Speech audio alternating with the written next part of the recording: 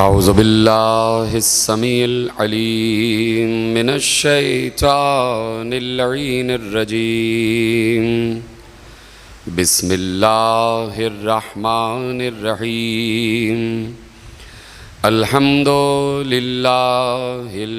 मअरूफ़े मिन गैरि रुअयतिन वल खालिक़े मिन गैरि रवियतिन अल्लज़ी लम यज़ल क़ाइमन दाइमन इज़ ला समाउन ज़ातु अबराजिन वला लैलुन दाजिन वला बहरुन साजिन वला अर्ज़ुन ज़ातु मिहादिन वला खल्क़ुन ज़ू इतिमाद वस्सलातु वस्सलाम वत्तहिय्यतु वल इकराम अला नबिय्यिर रहमति व खाज़िनिल मग़फ़िरति व क़ाइदिल ख़ैरि वल बरकति व मुन्क़िज़िल इबादि मिनल हलकति सय्यदना व मौलाना अबिल क़ासिम मुहम्मद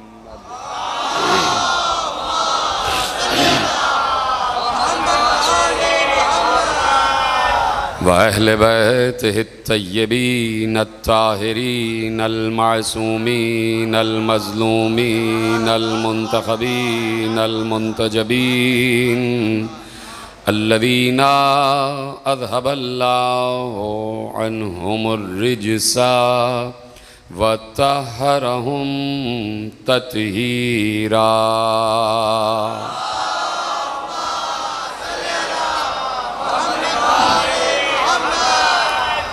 अम्मा बअदु फ़क़द क़ाल अल्लाहु सुब्हानहु व तआला फ़ी महकम किताबिहिल मजीद व फ़ुरक़ानिहिल हमीद व क़ौलुहुल हक़। बिस्मिल्लाहिर रहमानिर रहीम। अल्लज़ीना युनफ़िक़ूना फ़िस्सर्राए वज़्ज़र्राए वल काज़िमीनल ग़ैज़ वल आफ़ीना अनिन नास वल्लाहु युहिब्बुल मुहसिनीन। सलवात पढ़ दे मोहम्मद व आले मोहम्मद।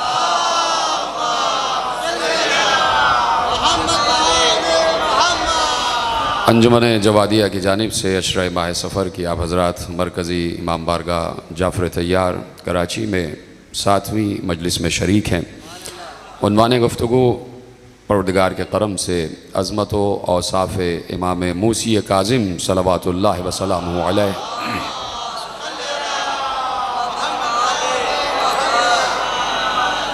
और उसकी 7वीं तकरीर और 7वीं मंजिल में गुफ्तगू दाखिल हो रही है।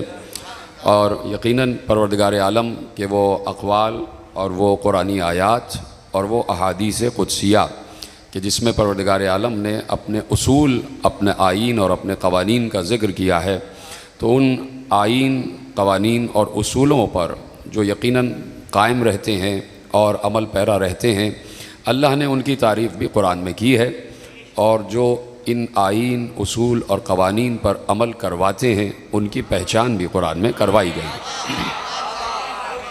ये आईन, ये क़वानीन, ये उसूल यकीनन अल्लाह चाहता तो बराह रास्त भी हर बंदे पर नाजिल कर सकता था, लेकिन उसने 1,24,000 और उनके बाद 14 को मुंतखब किया कि हमारा पैगाम वही पहुंचा सकता है कि जो हमारे जहन की वही की मफ़हूम की गहराइयों तक पहुंच रहा हो, और जो हम कहना चाहते हों वही कहे, और जो हम करना चाहें वही करे।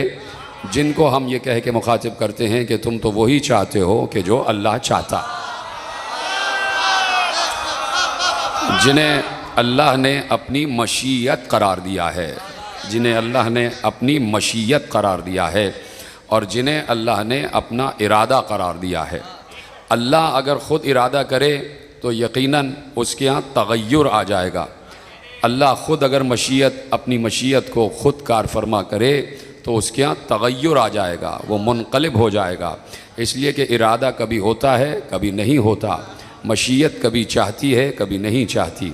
तो ज़रूरी था कि अपनी मशीयत के लिए ऐसे ज़वात क़ुद्सिया को खल्क़ किया जाए कि वो गोया ऐसे हों कि उसने अपने सामने गोया अपनी तस्वीर को खल्क़ किया है, अपने मिजाज को खल्क़ किया है, अपनी मशीयत को खल्क़ किया है। तो अब यकीनन इन उमूर की तरफ उम्मत मुस्लिमा को तवज्जो करनी चाहिए। अगर तौहीद समझना है तो 1400 बरस से हमारा स्टांस यही है कि उस वक्त तक तौहीद समझ में नहीं आएगी जब तक मोहम्मद व अली समझ में ना आ जाए।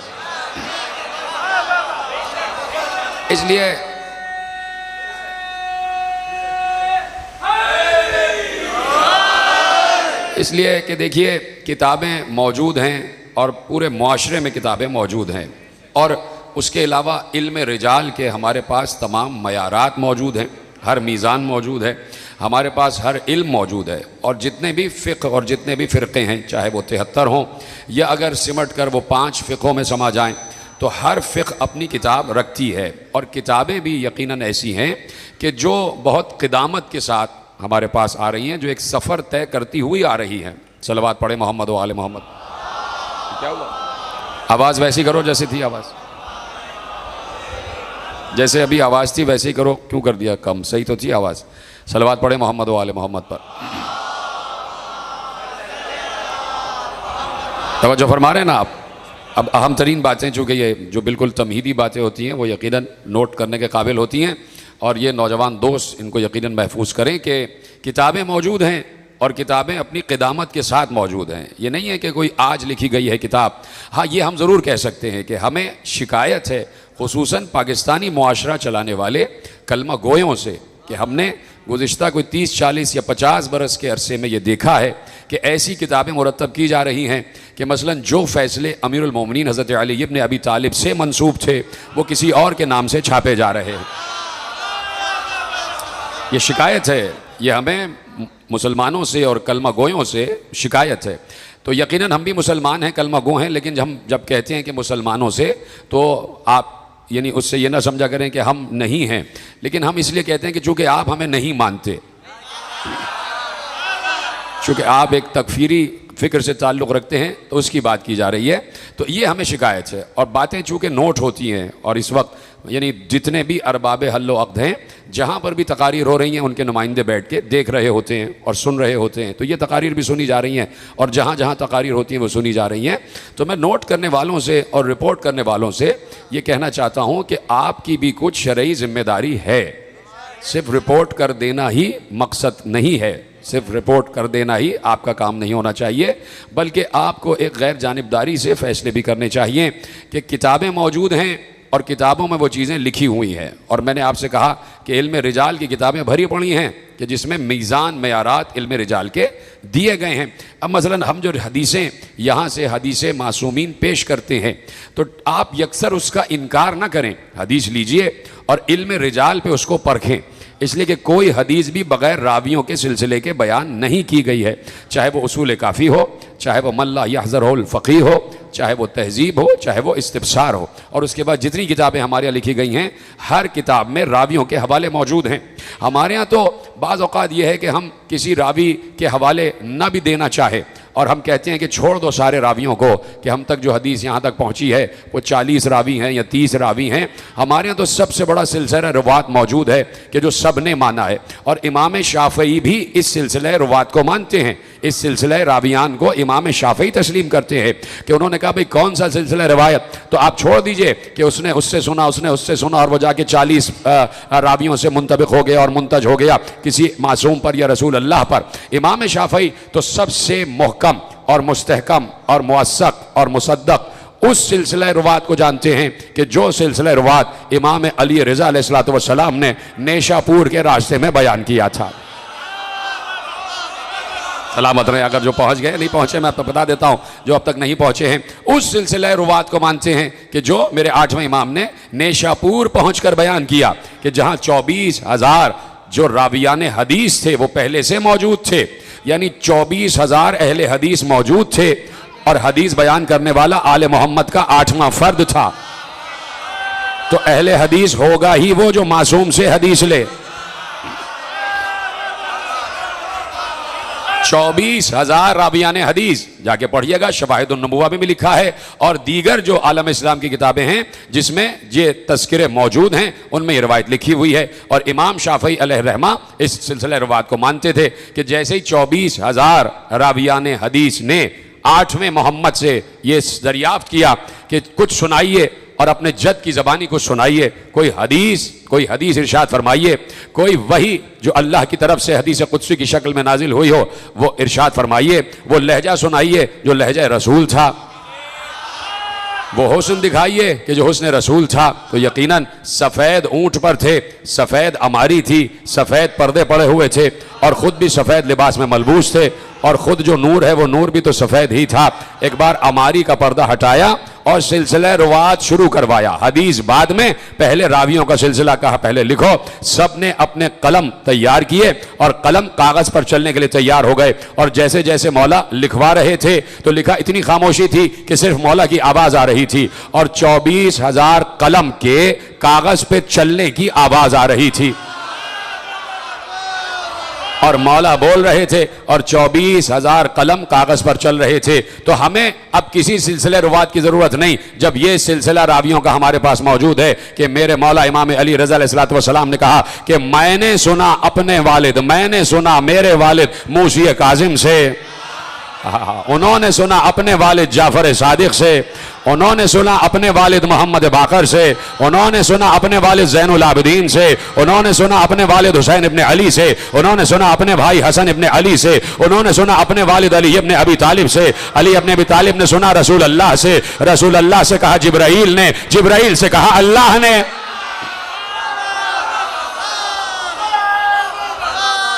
तो हमारे पास ये सबसे बड़ा रावियों का सिलसिला मौजूद है और जिसके लिए ये हदीस और जिसके लिए ये कौल बिल्कुल मुअस्सक है और बिल्कुल ऑथेंटिक है कि अगर कोई दीवाना हो, कोई पागल हो, कोई मजनून हो, सिर्फ उस पर ये नाम पढ़ के भोंक दिए जाएं वो सही दिमाग हो जाएगा। तो ये जो उम्मत इधर उधर भटक रही है, दिमाग खराब हो रहे हैं, तो अब जरूरी है कि ये नाम बताए जाएं। यही तो जुमला था, जरूरी है कि ये नाम दोहराए जाएं, जरूरी है कि ये सिलसिला रुवात का रावियों का बताया जाए ताकि बददिमाग सही दिमाग हो जाएं, ताकि अहमक ज़हीन हो जाएं, ताकि गबी ज़की हो जाएं और जो फरमा रहे हैं ताकि शजरे खबीसा को मालूम हो जाए कि शजरे तैयबा है क्या।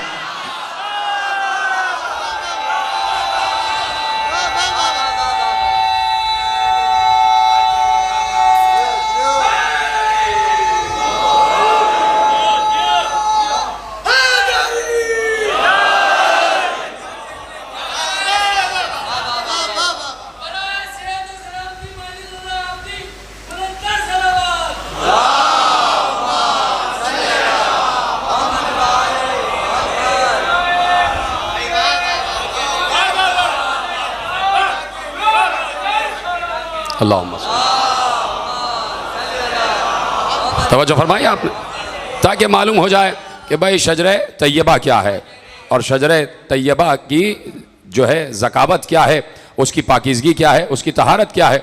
तो अब जहाँ से शजरे तैयबा शुरू हो रहा है, अल्लाह ने यकीनन उस शजरे की ज़मानत ली है और सूरह मुबारक इब्राहीम में अल्लाह ने दोनों शजरों का तस्करा कर दिया कि अलम तरा कैफा ज़रबल्लाहु मसलन कलिमतन तय्यबतन का शजरतिन तय्यबतिन अस्लुहा साबितुन व फरउहा फिस समा तुती उकुलहा कुल्ल हीनिन बिइज़्नि रब्बिहा व यज़रिबुल्लाहुल अमसाल लिन्नास लअल्लहुम यतज़क्करून व मसलु कलिमतिन खबीसतिन,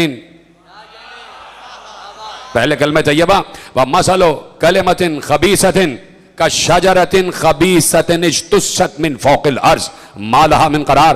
कहा कि हम अपने कलमे तय्यबा की मिसाल, क्या तुमने नहीं देखा कि हम अपने कलमे तय्यबा की मिसाल एक शजरे तय्यबा से दे रहे हैं। हमारे कलमे तय्यब की मिसाल अगर समझनी है तो ऐसा है हमारा कलमे तय्यब कि एक शजरे तय्यब है। शजरे तैयब यानी कलमा क्या है? कलमा तैयब अगर आप किसी बच्चे से भी पूछें कि भाई कलमा तैयब क्या है, वो बताएगा ला इलाहा इल्लल्लाह मुहम्मद रसूलुल्लाह। देखिए, अगर किसी इबारत की मिसाल दी जाए तो इबारत ही से दी जाएगी, अगर किसी इमारत की मिसाल दी जाए तो इमारत ही से दी जाएगी, अगर किसी इंसान की मिसाल दी जाए तो इंसान ही से दी जाएगी है। तो अब अल्लाह कलमे की मिसाल दे रहा है तो किसी कलमे ही से देनी चाहिए थी। जो समझ गए उनको सलाम है, जो अब तक नहीं समझे वो मेरे साथ आ जाए। कलमे की मिसाल देना चाहता है तो कलमे की मिसाल किसी कलमे ही से देनी चाहिए थी। लेकिन क्या कह रहा है, अगर हमारा कलमा तैयबा समझना है तो उसकी मिसाल ऐसी है जैसे शजरे तैयब, यानी एक पाक दरख्त, एक पाक शजर, एक पाक शजरा। यानी हमारा कलमा तैयब तुम्हें शजरे तैयबा वालों में मिलेगा। और कहा यह पाक दरख्त वो है कि जिसकी जड़ें जमीन में मजबूत हैं और जिसकी शाखें आसमान तक गई हुई हैं। और फिर जुमला आगे कहा कि देखो तुम्हारी दुनिया में जो दरख्त लगे हुए हैं तो आम का दरख्त आम ही के मौसम में आम देता है, सेब का दरख्त सेब ही के मौसम में सेब देता है।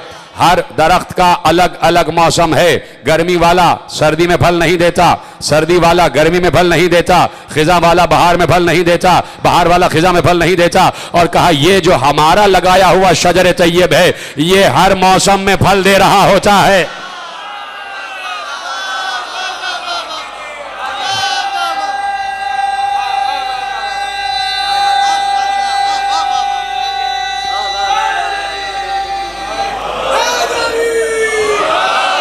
हर मौसम में फल दे रहा होता है, हर मौसम में फल देता है। अब अल्लाह ने कहा व मसलो कलिमतिन खबीसतिन कशजरतिन खबीसतिन इज्तुस्सत मिन फौकिल अर्ज़ मा लहा मिन करार। और सुनो, इस कलमा तैयब के मुकाबले पे जो भी आ जाए वो कलमा खबीस है, और जो शजरे तैयबा के मुकाबले पे आ जाए वो शजरे खबीसा है।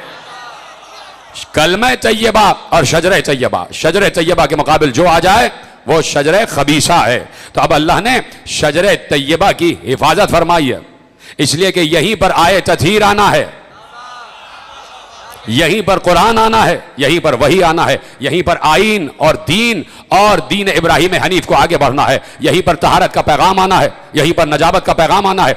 तो अब जहां पर तहारत का पैगाम जाना था अल्लाह ने हर उस शजरे की शाख की मुहाफिजत फरमाई है।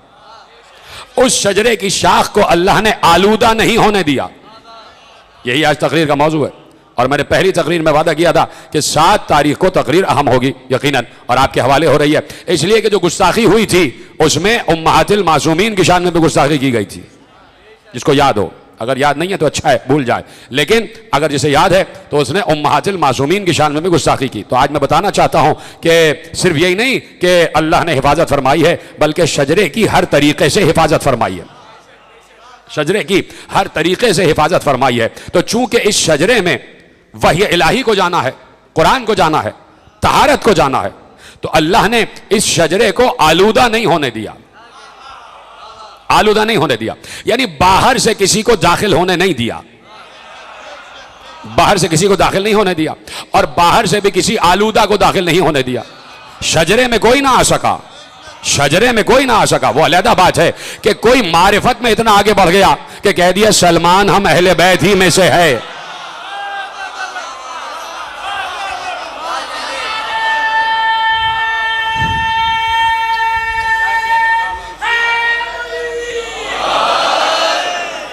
तवज्जो फरमाई ना आपने, तो मेरे साथ रहिएगा। तो अल्लाह ने हिफाजत फरमाई, और फिर जब शजरे तैयबा हजरत इब्राहिम से आगे बढ़ा तो यकीनन औलाद इब्राहिम में इमामत भी जा रही है, औलाद इब्राहिम में इमामत भी जा रही है। चुप हो गए आप, देखिए आपकी खामोशी की अंदाज़ जुमला करता हो।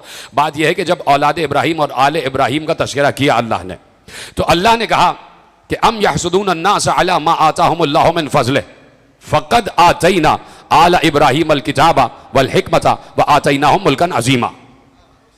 हमने आले इब्राहिम को किताब भी दे दी है, हिकमत भी दे दी है और मुल्क अजीम भी दे दिया। तो अल्लाह ने कहा जिन्हें हमने किताब, हिकमत और मुल्क अजीम दे दिया तो तुम इन आले इब्राहिम से कब तक हसद करोगे। यानी अल्लाह ने एक उसूल दे दिया कि आले इब्राहिम से हमेशा हसद होगी, किताब की वजह से, हिकमत की वजह से और मुल्क अजीम की वजह से। ये आले इब्राहिम कौन है? किताब वाले हैं, हिकमत वाले हैं, मुल्क अजीम वाले तो हैं ना, लेकिन जैसे ही लफ्ज आता है आले इब्राहिम तो फौरन एक सबसे बड़ी फजीलत कौन सी आ जाती है?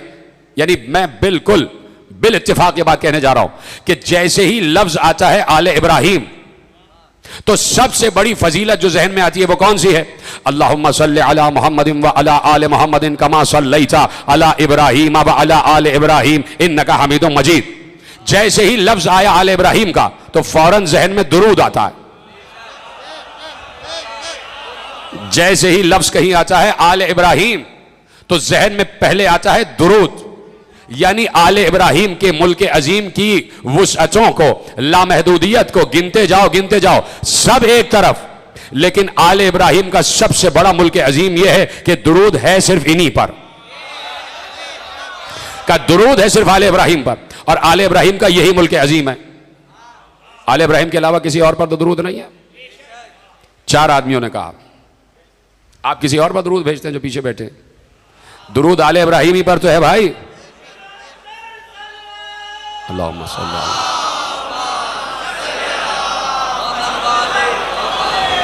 भाई, दुरूद आले इब्राहिम ही पर तो है। अभी तो आपने दुरूद इब्राहिमी सुना ना, जनाजों में शरीक होते हैं या नहीं, उसमें दुरूद पढ़ा जाता है या नहीं? अपनों में भी पढ़ा जाता है ना दुरूद, तो परेशान क्यों है आप? ये आले इब्राहिम वाला दुरूद आपको इस पर यकीन तो है? भाई मुझे परेशानी हो रही है, पढ़ते हैं ना दुरूद ये वाला? चले शुक्रिया, आप पहले ही बता देते। अल्लाहुम्मा सल्लि अला मुहम्मदिन व अला आले मुहम्मदिन कमा सल्लैता अला इब्राहीम व अला आले इब्राहीम इन्नका हमीदुम मजीद। ये है दुरूद जो आले इब्राहिम पर है। परवरदिगार मोहम्मद व आले मोहम्मद पर वैसे ही दुरूद भेज जैसे तूने इब्राहिम और आले इब्राहिम पर भेजा था। तो जब इब्राहिम और आले इब्राहिम ही मोहम्मद व आले मोहम्मद हैं तो अलग अलग तस्करा क्यों है? सवाल तो हमने खुद कायम कर लिया, कहीं कोई एतराज कर सकता है? सवाल हमने खुद कायम कर लिया, इससे पहले कि कोई एतराज करता हमने खुद एतराज वारिद कर दिया कि भाई जब मोहम्मद व आले मोहम्मद ही आले इब्राहिम है तो फिर दोनों का तस्करा अलग क्यों किया? यही बात समझाने की 1400 बरस से कोशिश की जा रही है कि मोहम्मद व आले मोहम्मद ही आले इब्राहिम हैं, लेकिन दोनों का लफ्ज और दोनों के नाम का तस्करा अलग से इसलिए किया कि आले इब्राहिम में दुरूद उन्हीं पर है जो मोहम्मद व आले मोहम्मद हैं। तो इतनी मुश्किल बात छोड़ी की है जिसमें आप चुप होगा। बाज़ औक़ात मुझे हैरत हो जाती है आपकी खामोशी पे, इतनी आसान बात की है, इतनी मुश्किल बात ही नहीं थी। भाई मोहम्मद और आले मोहम्मद का तस्करा इसलिए किया कि आले इब्राहिम की उसी शाख पर दुरूद है जिस शाख में मोहम्मद व आले मोहम्मद आ रहे हैं, यानी हर किसी को इधर से दाएं बाएं से काट दिया कि अब अगर कोई शामिल होने की कोशिश करे तो समझ लेना इनक्रोचर है।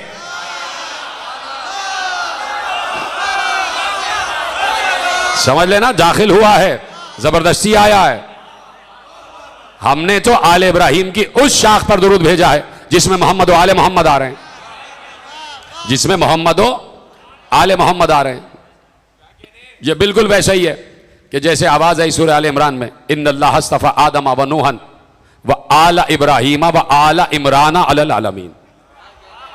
हमने मुस्तफ़ा किया आदम को, नूह को, आले इब्राहिम को और आले इमरान को।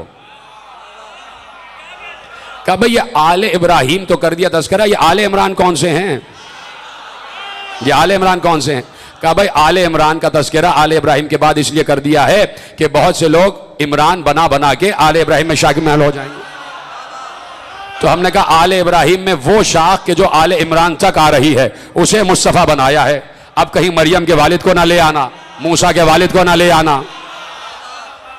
तवज्जो फरमा रहे? तो इसलिए मैंने कहा कि सराहत के साथ आले इब्राहिम का नाम जब भी आता है तो दुरूद सामने आ जाता है।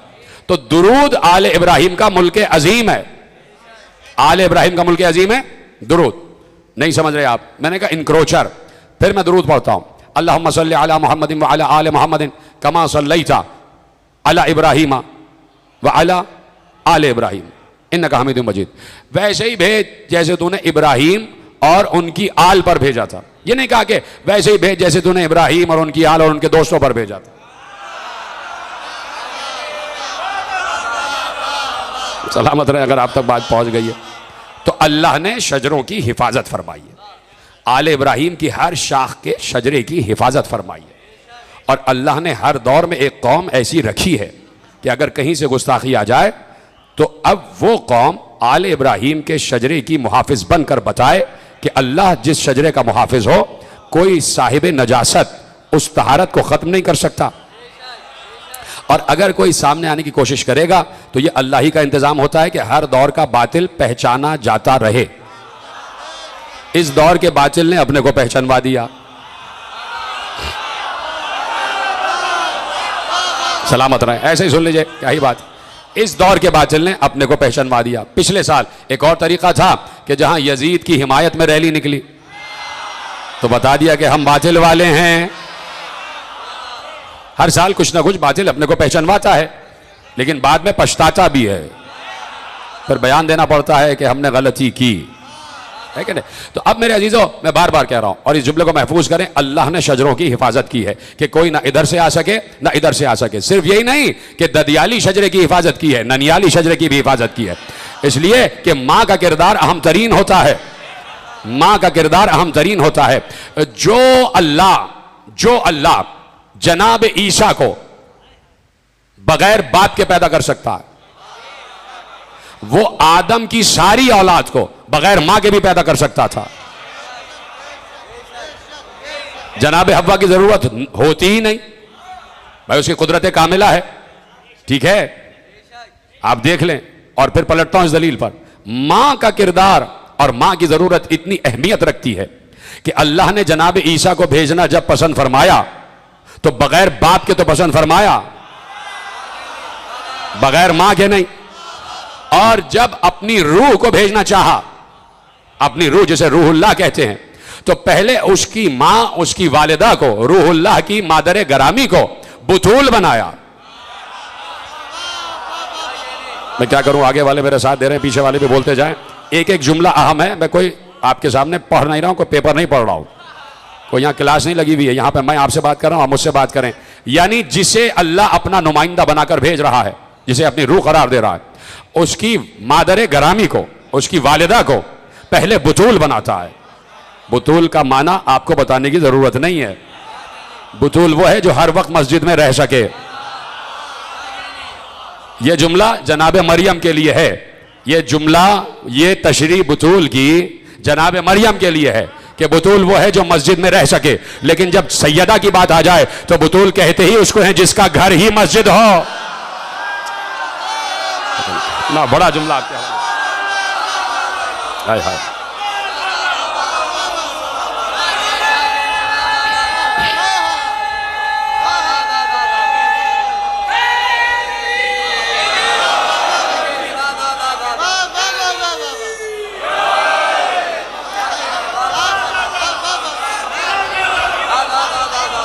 यानी बुतूल वो है कि जिसका घर ही मस्जिद हो। तो अल्लाह आदम से लेके खातम तक और खातम से लेके हर मासूम तक उसने शजरों की हिफाजत फरमाई है और हर मासूम की वालिदा को उसने बुतूल करार दिया है, बुतूल करार दिया है। इस तरह उसने शजरों की हिफाजत फरमाई है, इस तरह शजरों की हिफाजत फरमाई है। चुप हो गए आप। बहुत बड़ा नाम है आलम इस्लाम का, अल्लामा जलालुद्दीन सुयूती। उनकी किताब है अत्ताज़ीम वल मिन्ना, ठीक है। उसमें उन्होंने एक लफ्ज लिखा, तवज्जो, मेरी गुफ्तगू, मेरी तरफ देखते रहिएगा। गुफ्तगू बहुत अहम तरीन है जो आपके हवाले कर रहा हूं, और मुझे बताते रहिएगा, बोलते रहिएगा, ताकि मेरी हिम्मत अफजाई होती रहे। और क्या चाहिए आपसे, सिर्फ यही चाहिए, और तो कुछ मांग ही नहीं रहा। आप तशरीफ ले आए, बड़ी बात है।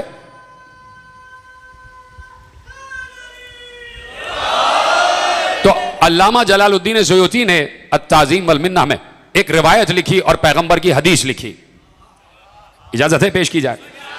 पैगंबर ने कहा, लम यज़िलिल्लाहु युनक्किलुनी मिन अस्लाबिल करीमति वल अरहामिल मुतहहरति हत्ता अखरिजनी मिन बैन अबवै। तर्जुमा कर दूं।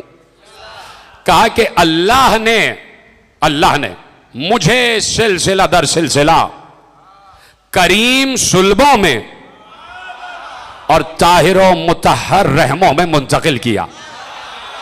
मिन असलाबिल करीमा वल अरहामिल मुतहरा, यहां तक कि मुझे अपने मां बाप के जरिए इस दुनिया में जाहिर कर दिया, अपने मां बाप के जरिए इस दुनिया में जाहिर कर दिया।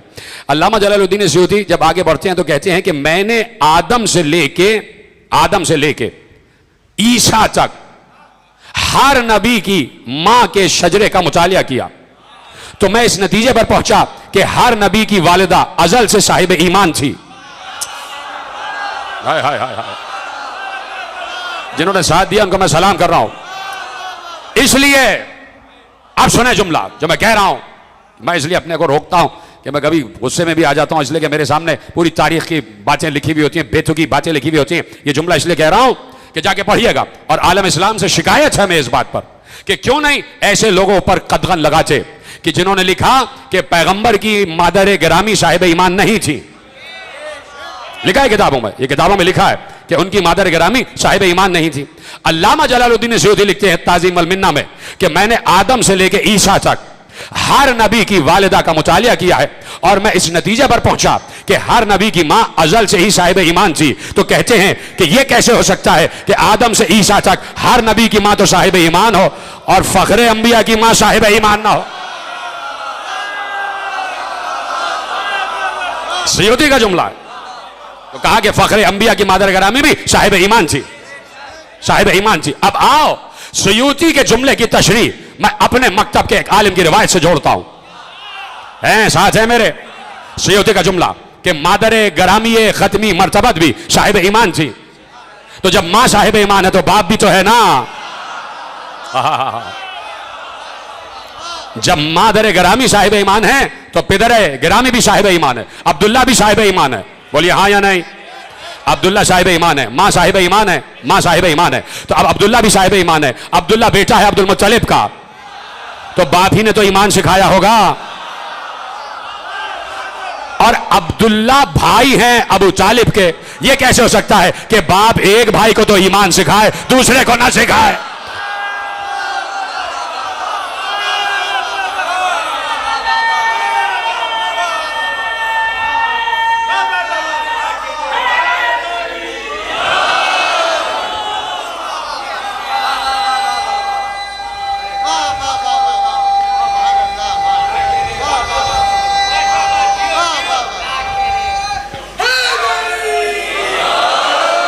सलामत रहें जैसे आप सुन रहे हैं।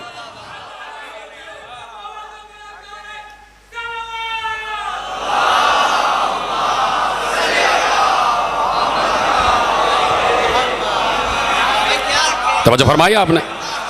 तो बाप बेटे को सिखाता है, बेटा बाप से ही सीखता है। कल तो एक बाप बेटे की रिवायत पढ़ी ना, उस मामून ने यही तो कहा कि शियत मुझे मेरे बाप ने सिखाई थी। ठीक है, तो अब ये ईमान का सिलसिला है कि जो जा रहा है नस्लन बादा नस्लिन। तो मैंने कहा कि सयूती की रिवायत को मैं अपने मकतब की एक रिवायत से जोड़ रहा हूं ताकि मालूम हो जाए कि मां कौन है और बाप कौन है। तो जनाब अबू जर रिवायत करते हैं। कौन? हदीस याद है ना अबू जर के लिए। और ये हदीस कब आई वो रिवायत आपके हवाले कर रहा हूं। जनाब अबू जर मस्जिद नबवी में दाखिल हुए, अच्छा तशरीफ फरमा थे, और उन्होंने कहा कि आज मैंने अजीब बात देखी। देखिए जनाब खत्मी मर्तबत की मादर गिरामी जो है वो अबवा में है, मदीने के रास्ते में। ठीक है, और वहीं से करीब एक इलाका है जहां जनाब अब्दुल्ला की कब्र है। लेकिन अब मैं आपको मौजज़ा दिखा रहा हूं, मौजज़ा दिखा रहा हूं। अच्छा हमारे यहां रिवायत मौजूद है कि अच्छा चलिए रिवायत को 4 मिसरों में पेश कर देता हूं। यह हदीस है जो 4 मिसरों में पेश कर रहा हूं, और हदीस मीर अनीस ने 4 मिसरों में पूरी हदीस नज़म कर दी। खुर्शीद शरफ बुर्ज शरफ में होगा, जौहर मादन में दुर सदफ में होगा, मशरिक में कि मगरिब में उसे दफन करो, जो आशिक हैदर है नजफ में होगा।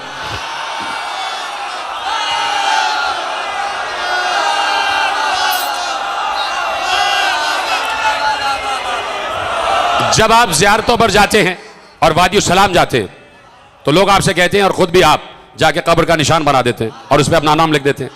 और यह बात तय है, हदीसों से साबित है कि कहीं भी दफन हो जाइए, जिसने वादी सलाम में अपनी कब्र बना दी है वो पहुंचेगा वादी सलाम में। कैसे पहुंचेगा यह उलिल अम्र का काम है।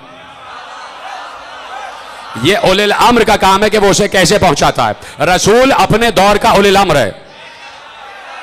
और अब क्या होने जा रहा है? रसूल अपने दौर का उलिल अम्र है। क्या होने जा रहा है? मैंने बता दिया कि रसूल की मादर गिरामी और पिदर गिरामी की कबूर कहां पर हैं, आप सब जानते हैं। रसूल उलिल अम्र हैं, उलिल अम्र हैं। एक बार जनाब अबू जर मस्जिद में आके कहते हैं मैंने अजीब बात देखी। कहा क्या देखा? कहा सुबह सुबह मैं घर से बाहर निकला, मैंने देखा रसूल अल्लाह सामने खड़े हुए हैं। रसूल अल्लाह अली के पास आए, अली का हाथ पकड़ा और जन्नतुल बकी में उस आखिरी गोशे में चले गए कि जहां पर ताजी ताजी कब्रें बनी हुई थी। एक बार रसूल अल्लाह अली का हाथ पकड़ा, मैं पीछे पीछे था। रसूल अल्लाह एक कब्र पे रुके, रसूल अल्लाह ने कब्र पर रुक कर सलाम किया, अस्सलामु अलैका या अबता, ए मेरे बाबा आप पर सलाम। कब्र पर हाथ रखा, कब्र शिगाफ्ता हुई। हजरत अब्दुल्ला कब्र से बाहर बरामद हुए। जो आशिक हैदर है, रसूल उल अम्र हैं, जिसकी जहां चाहे कब्र मुंतकिल कर दें। का जनाब अब्दुल्ला कब्र से बाहर बरामद हुए। मैंने रसूल अल्लाह ने सलाम किया, उन्होंने जवाब सलाम दिया। रसूल अल्लाह ने कहा कि कलमा क्या है, आप कलमा सुनाइए। उन्होंने कहा ला इलाहा इल्लल्लाह मुहम्मदुर रसूलुल्लाह अशहदु अल्ला इलाहा इल्लल्लाह वहदहु ला शरीका लह व अशहदु अन्ना मुहम्मदन अब्दुहु व रसूलुहु। पैगंबर ने मुस्कुरा के कहा बाबा आपका वली कौन है?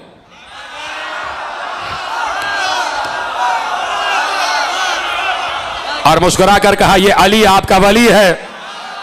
फौरन जनाब अब्दुल्ला ने कहा अशहदु अन्ना अलिय्यम वलीउल्लाह। रसूल अल्लाह ने कहा जैसे आप थे वैसे कब्र में मुंतकिल हो जाइए। जनाब अब्दुल्ला कब्र में गए, कब्र दोबारा बराबर हो गई। थोड़ी दूर 2 कदम आगे बढ़ के गए, आवाज दी अस्सलामु अलैकी या उम्मा, ऐ अम्मा आप पर सलाम। जनाबे आमिना सलामुल्लाह अलैहा कब्र से बरामद हुई। रसूल अल्लाह ने सलाम जवाब सलाम और जनाब आमिना सलामुल्लाह अलैहा से कहा कि आपका कलमा क्या है? खुद नहीं सिखाया है, समझे तो। कलमा सुनाया, शहादत दी, गवाही दी। फिर पूछा अम्मा आपका वली कौन है? और मुस्कुरा कर वही जुमला कहा और जनाब आमिना ने जुमला दोहराया अशहदु अन्ना अलिय्यम वलीउल्लाह। रसूल अल्लाह ने कहा आप दोबारा कब्र में आराम फरमाइए। जनाब आमिना दोबारा कब्र में आराम करने के लिए चली गई। कब्र दोबारा बराबर हो गई। अबू जर ये जुमले सुना रहे थे। कुछ लोग कह ले कि झूठ बोल रहे। कहां सुना रहे थे? बता दिया था। क्या झूठ बोल रहे हो? तुमने तो बड़े मखमजे में डाल दिया। ऐसे में रसूल अल्लाह आ गए, लोग दौड़ते हुए गए या रसूल अल्लाह अबू जर अजीब बात कह रहे हैं, अजीब रिवायत सुना रहे हैं। क्या सुना रहे? पूरी रिवायत सुनाई कि अबू जर ने यह रिवायत सुनाई है। पैगंबर खड़े हो गए, कहा जमीन ने बोझ नहीं उठाया, आसमान ने साया नहीं किया अबू जर से ज्यादा किसी सच्चे इंसान पर।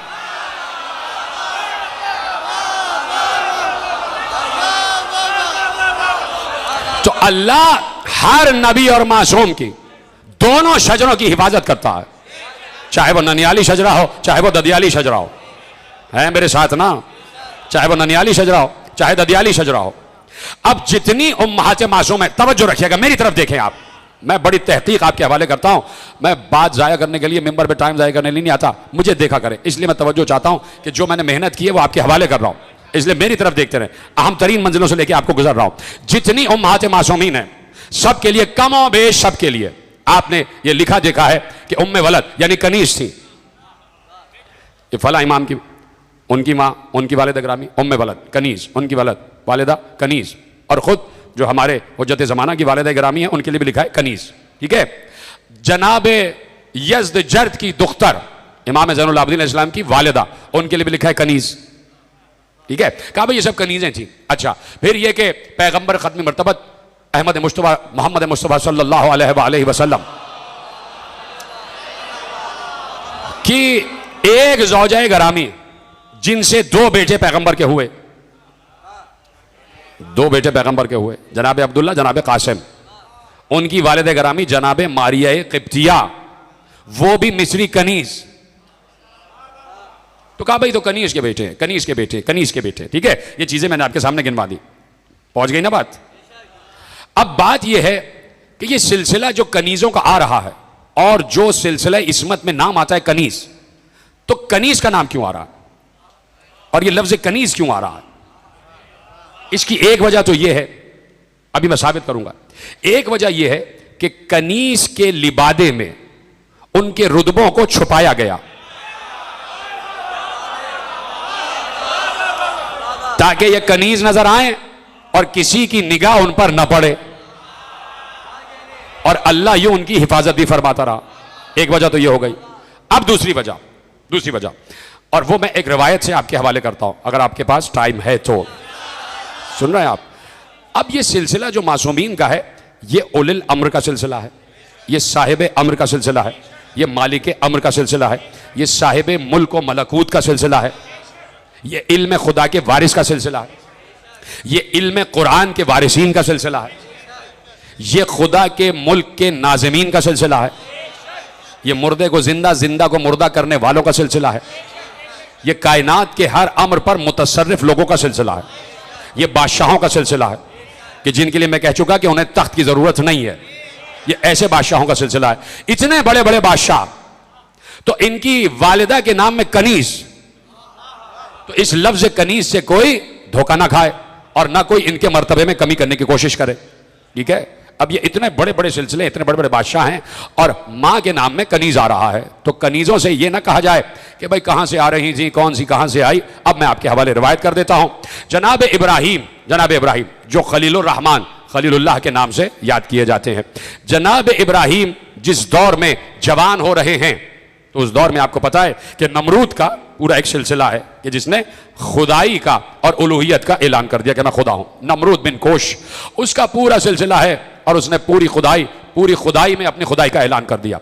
जनाब इब्राहिम जब 31 बरस के हुए तो नमरूद के सामने आ गए और फिर वो तबलीग का सिलसिला शुरू हो गया। और फिर उसके बाद जब 50 बरस के हुए तो जनाब इब्राहिम को वो मामला के जो आग वाला मामला था कि जब 51 बरस के हुए तो आग में फेंका गया। जनाब इब्राहिम 40 दिन आग में रहे। अच्छा, जिसके लिए नई बात हो तो वो अल्लाह अकबर कहा करे, जिसके लिए पुरानी है वो सुभान अल्लाह कहे। जो सुन चुके थे उन्होंने सुभान अल्लाह कह दिया, जिन्होंने पहली दफा सुना है वो अल्लाह अकबर तो कह दे भाई। कि जनाब इब्राहिम 40 दिन आग में रहे और 40 दिन, चलो दूसरे दिन जला देती, तीसरे दिन जला देती, 40 दिन जनाब इब्राहिम आग में रहे। और उसने ऐसे ही नहीं, चलिए आपके हवाले जुमला करता हूं, अल्लाह अकबर। देखिए कहा जाता है कि ये क्या मुबालगा कर रहे हैं आप कि 72 के मुकाबले में 9 लाख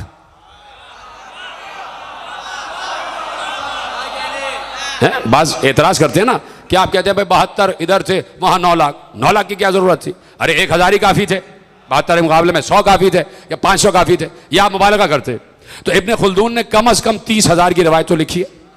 इब्ने खुल्दून जैसा मुतासिब, उसने 30,000 की रिवायत लिखी कि सामने लश्कर यजीद में 30,000 सिपाही मौजूद थे, लेकिन कम से कम तादाद जो लिखी है वो 2 लाख की लिखी है, लेकिन 9 लाख तादाद मौजूद है कि यजीद ने 9 लाख का लश्कर भेजा था 72 के मुकाबले में। तो ये 9 लाख कहां और 72 कहां? क्यों भेज रहा है लश्कर पे लश्कर? क्यों भेज रहा है लाखों का लश्कर कि अब जाए अब जाए अब जाए? 9 लाख और 72 है कि नहीं? जवाब दूं आपको। देखिए जनाब इब्राहिम उस वक्त जो भी कद रहा होगा उनका, नहीं उस वक्त आप समझ लीजिए मैक्सिमम लोग बहुत लंबे कद के हुआ करते थे, चलिए 12 फुट कद लगा लीजिए, ठीक है। अब आप देख लीजिए ये सुतून जो है ये कमोबेश होगा कोई 20 फुट का, तकरीबन 12 या 15 फुट का होगा। अब समझ लीजिए इतने हैं लंबे हजरत इब्राहिम बिला तशबी, ये कामत है। अब इतना ही करीब जिस्म होगा। इस कदो कामत के आदमी को जलाने के लिए इसी सुतून में बांध दिया जाए और तकरीबन 30-40 मन लकड़ी चारों तरफ लगा दी जाए और उसमें आग लगा दी जाए, आदमी जल के राख हो जाएगा।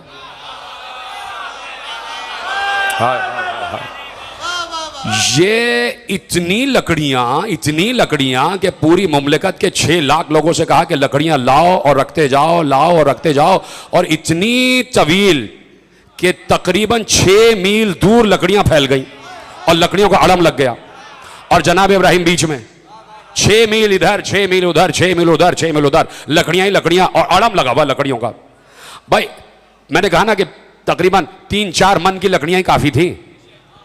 ये मनो टनों लकड़ियां, हजारों मन लकड़ियां, सारी मुमलिकत के लोगों से कहा लाओ लकड़ियां जमा करो, लकड़ियां जमा करो। और फिर जब देखा कि भाई वो इब्राहिम खड़े, वो खड़े में आखिर में बिल्कुल इस गली के कोने में वो खड़े हुए, और यहां से वहां तक लकड़ियां ही लकड़ियां, आग लगा दी। अब इब्राहिम को फेंका कैसे जाए आग में? जो जाए वो खुद जल जाए। तो मिंजनीक से फेंका गया ना, तो इब्राहिम परवास करते हुए गए ना मिंजनीक से, तो जितनी देर परवास कर रहे थे उसी में जिब्राइल भी नाजिल हो गए। जिब्राइल परेशान हो गया, परवरदिगार तेरा बंदा आग में जा रहा है, कुछ तो कर, कुछ तो मदद कर। कहा जाओ तुम पूछ लो इसको मदद की जरूरत है।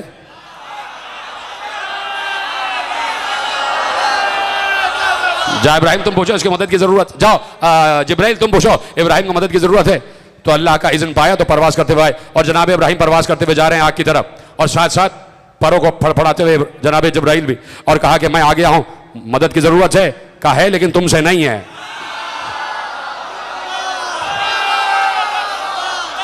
मदद की जरूरत तो है लेकिन तुमसे नहीं है।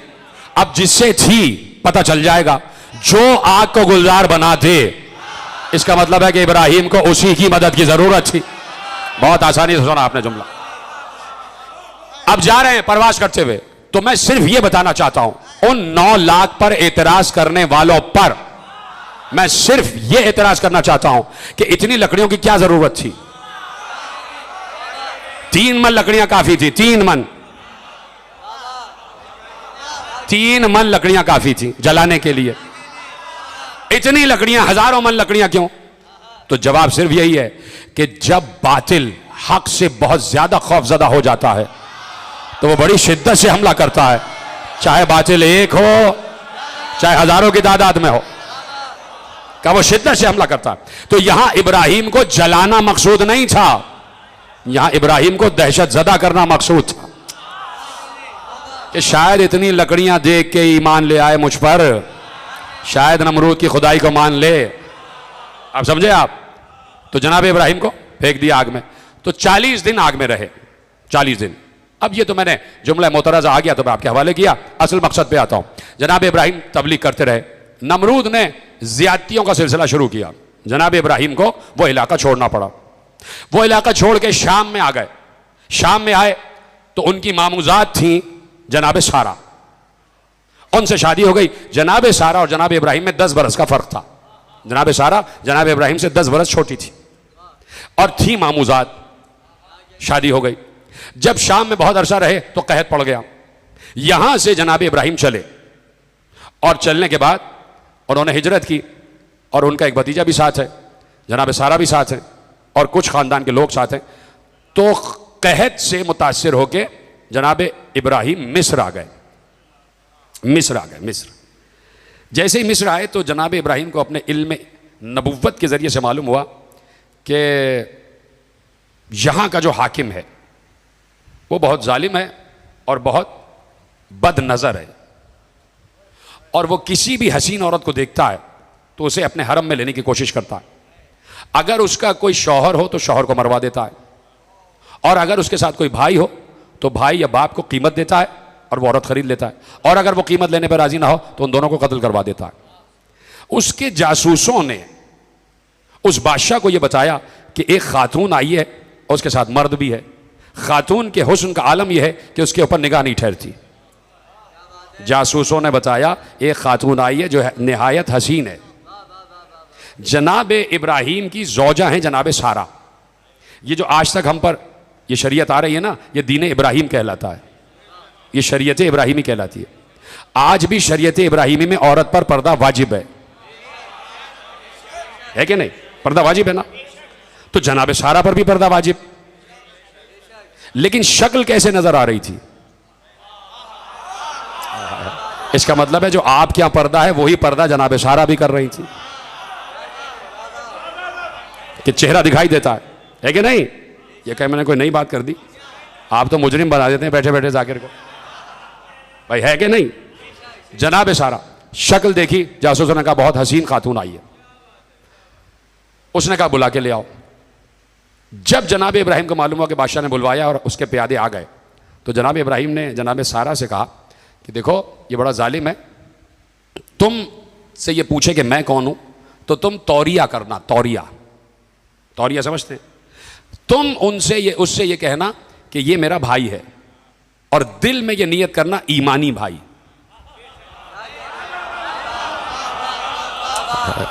तौरिया समझते हैं? तौरिया देखिए, एक है तकैया और एक है तौरिया। किसी को कोई कत्ल करके भागा, अली सामने बैठे हुए थे, तो लोगों ने पूछा कि यहां अभी अभी कोई गया है, आपने देखा है? अली खड़े हुए थे, कहा यहां कोई गया है, देखा है? अली बैठ गए और कहा जब से बैठा हूं तब से नहीं देखा।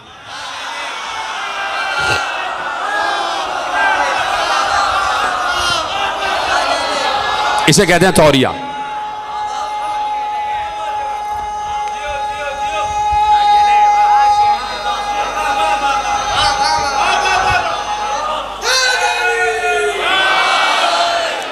सलामत रहें आप। तो कहा कि तुम तौरिये से काम लेना, दिल में नीयत हो ईमानी भाई की, इसलिए कि हर मोमिन और मोमिना ईमानी भाई तो हैं, बहन भाई हैं, गदीरी बहन भाई तो हैं, इसी को ईमानी भाई कहते हैं, ईमानी बहन कहते हैं। कहा दिल में यह नीयत करना कि ईमानी भाई, और जहन में यही हो कि जाहिर सी बात है कि भाई हैं, शौहर हैं। कह दिया अच्छा। जैसे ही जनाब सारा दाखिल हुई तो वो भी हुस्न से मुतासिर हो गया, तो उसने कहा ये तुम्हारा कौन है? जनाब सारा ने कहा मेरा भाई है, और दिल में नीयत थी ईमानी भाई। उसने अपने खिलवत कदे में गया और जनाब सारा को बुलवा लिया। जनाब इब्राहीम जाहिर सी बात है इल्म नबूवत से देख रहे हैं कि क्या होने वाला, और जनाब सारा भी चूंकि ज़ौजाए नबी है तो उनको भी पता है कि क्या करना है। जैसे ही खिलवत कदे में दाखिल हुए, उस बादशाह ने जनाब सारा की तरफ हाथ बढ़ाया, उसका हाथ शल हो गया, उसका हाथ शल हो गया। जैसे ही हाथ मफलूज हुआ समझ गया कि कोई मामला है, और ये खातून कोई रूहानी खातून है। उसने कहा कि मैंने गुस्ताखी की है, मैं माफ़ी चाहता हूँ, दुआ करो कि मेरे हालत दोबारा ठीक हो जाए। जनाब सारा ने दुआ की, उसका हाथ ठीक हो गया। क्या सुन रहे हैं? नबी की ज़ौजा, ठीक है, उसका हाथ ठीक हो गया।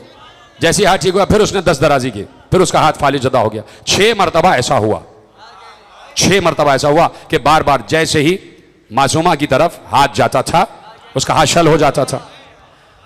एक बार गुस्से में आके कहता है कि तुम जादूगरनी हो, समझे आप? यानी आज तक भी ये रवैया है ही कि अज़ादारी को मौजज़ा नहीं जादू कहते हैं।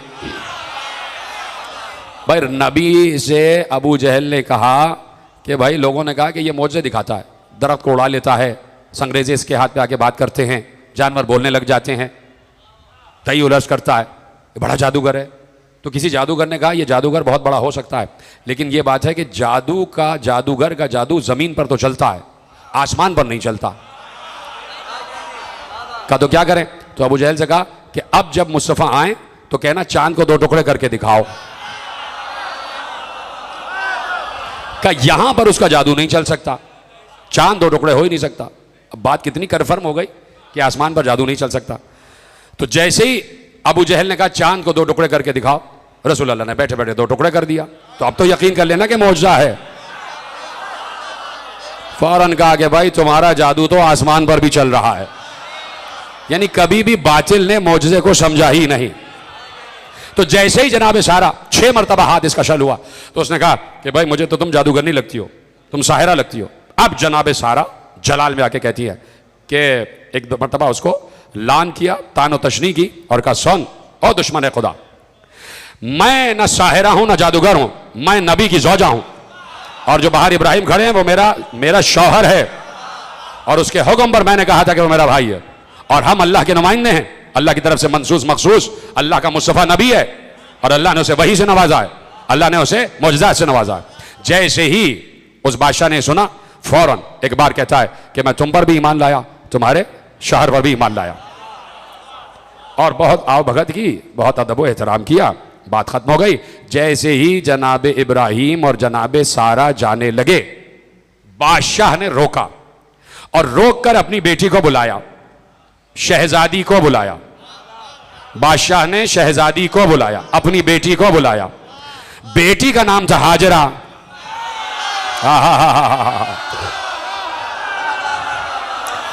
और कहा ये मेरी बेटी तो है लेकिन आपकी कनीजी में दे रहा हूं। सलामत रहें आप। आ गई दलील आपके पास? कहा है मेरी बेटी लेकिन आपकी कनीजी में जाएगी।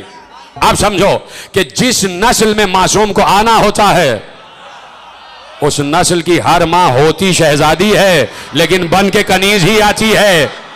जनाब उम्मुल बनीन अपने घर की शहजादी थी, बच्चों से कहा कि मां ना समझना, कनीज बन के आई हो।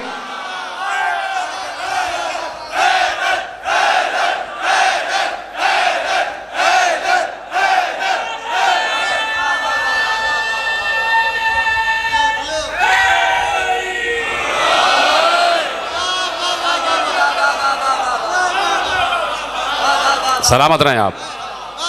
तवज्जो फरमा ली ना, वाकया महफूज हो गया। एक बार मेरे साथ में इमाम मूसा काज़िम अलैहिस्सलाम अपने एक सहाबी को एक जंबील दी, एक थैली दी, कहा इसमें दीनार हैं, जाओ दजला के किनारे कश्तियां आके रुकी हैं, वहां 2 कनीजें हैं एक साथ, उनमें से एक कनीज इस घर के लिए बनी है, इस घर के लिए बनी है। जाना, दरिया के किनारे पहुंचना, और इस शबात का काफिला होगा, और इस शबात का एक आदमी होगा, और उसके पास 2 ही कनीजें होंगी, उनमें से एक कनीज तुम्हें खुद पता चल जाएगा कौन सी। पहुंचा वो साहबी, सिर्फ 2 कनीजें रह गई थी, और एक बार उसने बेचने वाले से कहा कि भाई बात यह है कि मैं इनमें से एक कनीज को खरीदना चाहता हूं। जो निशानी मौला ने बताई थी, फौरन इमाम के साहबी की नजर उस कनीज पे पड़ी और कहा यही वो कनीज है। कहा कितनी कीमत? कहा मुझे कीमत नहीं पता, खरीदने वाले ने दीनार दिए हैं, इसमें मुझे नहीं पता। कहा देखो हमने इसकी कीमत 70 दीनार लगाई है, 70 से 1 दीनार कम नहीं होगा। साहबी ने कहा देख लो क्या है, और उस बुर्दा फरोश के बिल्कुल बराबर में अचानक न मालूम कहां से एक बुजुर्ग सामने आ गए, सफेद बाल, सफेद रीश, हाथ में असा और सफेद अमामा पहने हुए और सफेद चादर ओढ़े हुए। कहा कि ले लो ये जंबील, ले लो ये थैली, ले लो, देखो तोलो इसमें कितने दीनार हैं। तोले गए तो 70 दीनार। इल्म इमामत है, इल्म इमामत।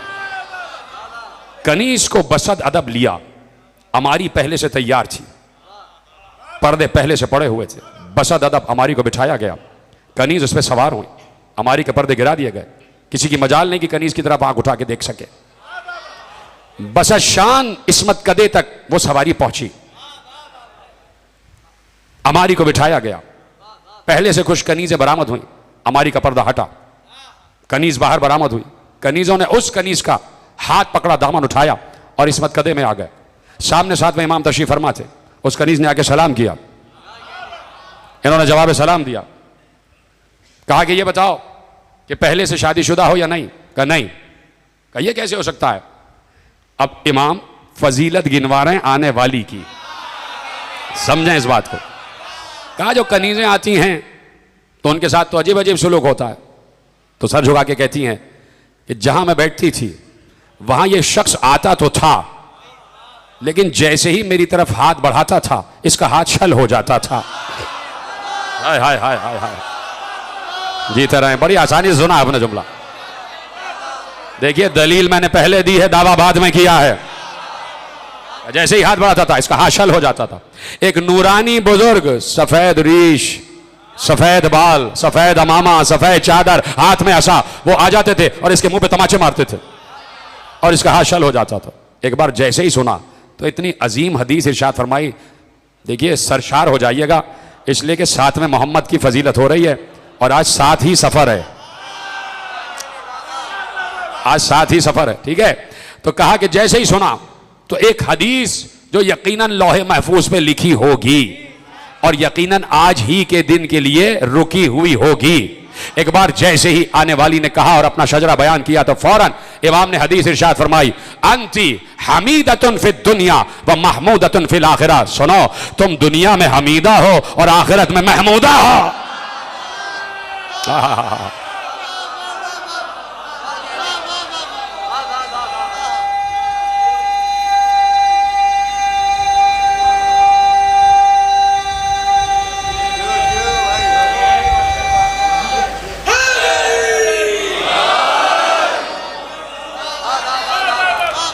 तो हर मासूम की मां, हर मासूम की ज़ौजा तैयबा हो ताहिरा, तैयबा हो ताहिरा। इसीलिए पैगंबर ने कहा कि मेरे शजरे की अल्लाह ने ऐसे हिफाजत फरमाई है कि अल्लाह ने मुझसे कहा है कि तक़ल्लुबका फ़िस साजिदीन, हमने तो तुम्हें साजिदों में मुंतकिल किया है, हमने तो तुम्हें सजदा गुजारों में मुंतकिल किया है। वही रसूल, खत्म हो रही है बात और तकरीर बिल्कुल आखिरी मरहल में दाखिल हो गई, वही रसूल मस्जिद नबवी के मिंबर पर बैठे हुए हैं, असहाब किराम से हदीस इरशाद फरमा रहे हैं। और इस हदीस की तशरीह मैं अपने मकतब के आलिम से नहीं करने जा रहा हूं, अल्लामा ज़रक़ानी ने परसों मैंने हवाला दिया था, अल्लामा ज़रक़ानी ने इस हदीस की तशरीह की है। और खुदा की कसम मैं दावे से कह रहा हूं कि जब तशरीह आप तक पहुंचेगी आप ऐसे सरशार हो जाएंगे कि आपके चेहरे में मुस्कुराहट तो आ ही जाएगी, और आप हैरान हो जाएंगे कि उलमाए अहले सुन्नत का भी अकीदा उस बुलंदी पर है कि जहां कभी कभी हम पहुंचते हैं तो लोग गाली भी कह देते हैं। ठीक है, तो शाह अब्दुल हक मुहद्दिस दहलवी ने भी इस हदीस को दर्ज किया है और इसकी तशरीह अल्लामा ज़रक़ानी ने की है। दोनों हवाले लिख लिया आपने।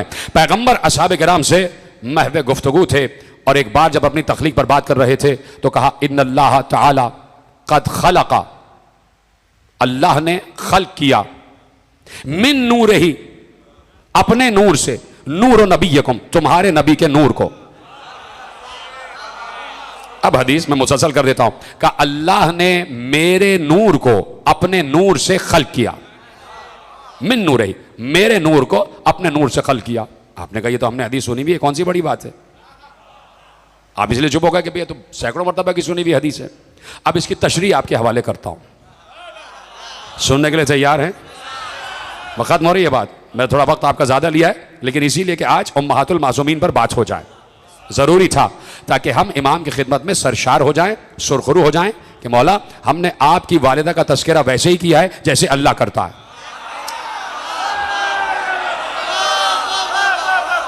जैसे वो कहता है कि बुतूल बीबियां हैं, हमने भी वैसे ही तस्करा किया। यही नुसरत इमाम होती है। ये सिर्फ यही नहीं है कि 12 इमामों का नाम लेने से ही ईमान कामिल हो जाएगा।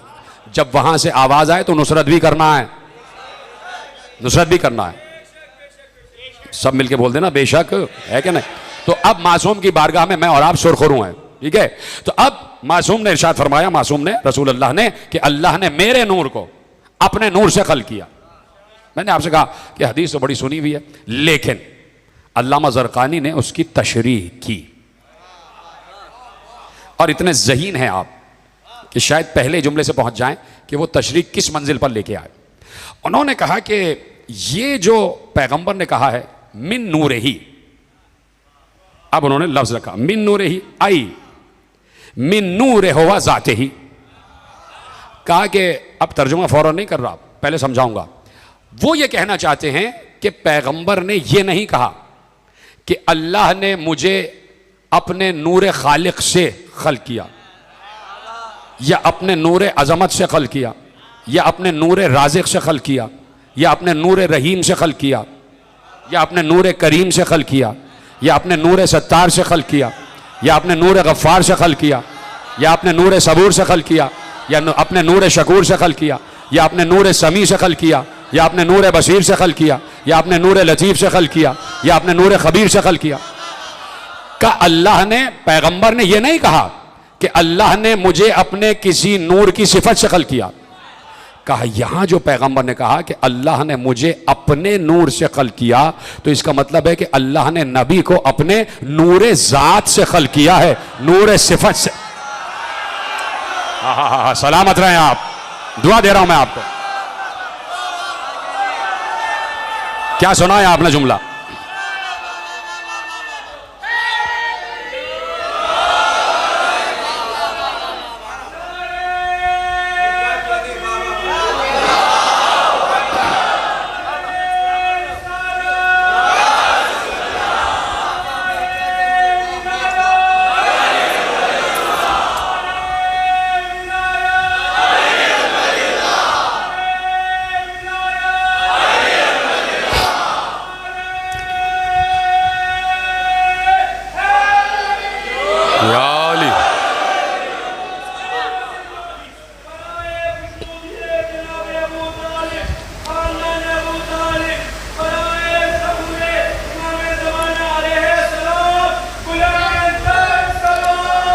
अल्लाहुम्मा सल्लि अला मुहम्मद व आले मुहम्मद वअज्जिल फरजहum।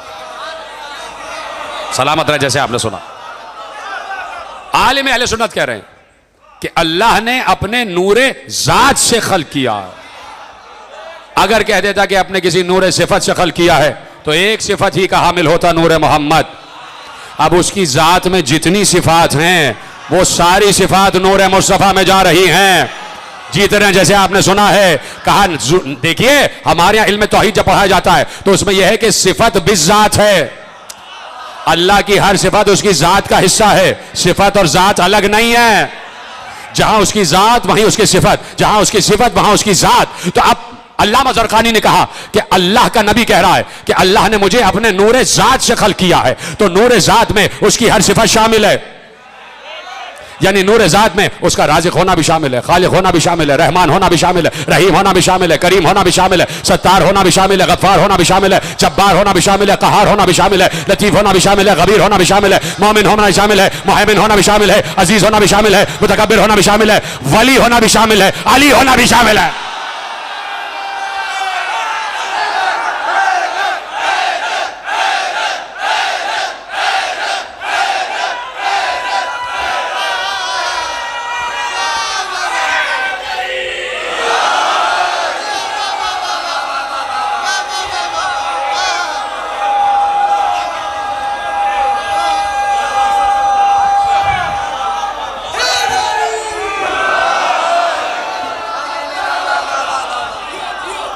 उसके नूरे जात में उसकी हर सिफत शामिल है। अब क्या परेशानी है कि अगर रसूल चांद को दो टुकड़े कर दे? क्या परेशानी है कि अगर डूबा हुआ सूरज वापस पलटा ले? क्या परेशानी है अगर हाथ पे संग्रेजे बोलें? क्या परेशानी है कि अगर तय्युल अर्श करे? क्या परेशानी है कि मेराज पर जाए और वापस आ जाए? क्या परेशानी है कि दरख्त उड़ता हुआ आ जाए? क्या परेशानी है कि अगर जानवर उसकी नबूवत की गवाही दे? क्या परेशानी है कि मुर्दा जानवर को जिंदा कर दे? तो मोहम्मद है ना, उसके नूरे जात से खल्क हुआ है ना। तो हर वो सिफत जो उसके नूरे जात में है वो इसी नूरे मुस्तफा में है।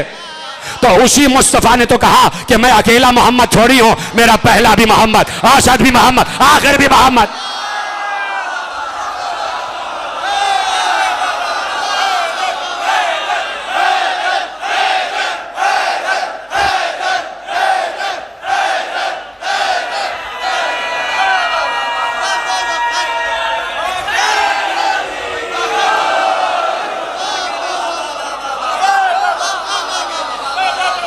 तवज्जो फरमाए ना आप सब हज़रात ने।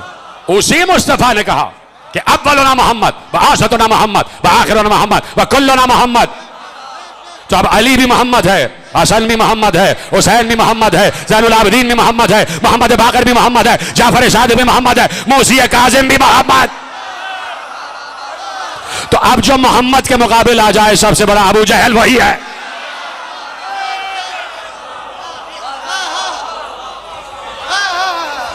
तवज्जो है ना आपकी। तो अब जहां जहां मुस्तफवियत जा रही है वहां वहां नूरे जात जा रहा है। तो अब क्या परेशानी है कि अगर नमाज पढ़ा के अली जिंदा को मुर्दा कर रहे? क्या परेशानी है कि अगर मुर्दा को जिंदा कर रहे?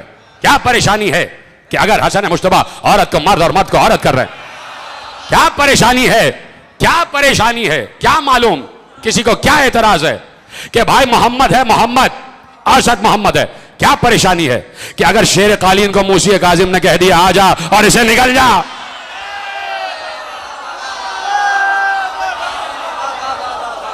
भाई इमाम मूसी काजिम औसत मोहम्मद है ना, मोहम्मद औसत है ना, मोहम्मद के कहने ही से मोहम्मद है। भाई मौला, मौला ही के कहने से तो गदीर में मौला हुआ ना। तो गदीर तो हर दौर में जा रही है ना भाई, विलायत तो हर दौर में जा रही है। तो अब हमारा सातवां इमाम अपने दौर का मोहम्मद ही तो है। तो मोहम्मद जो है वो उलिल अम्र है। अम्र, अम्र आलम खल्क और आलम अम्र, दो आलम है, दो। परेशान तो नहीं हो गए आप?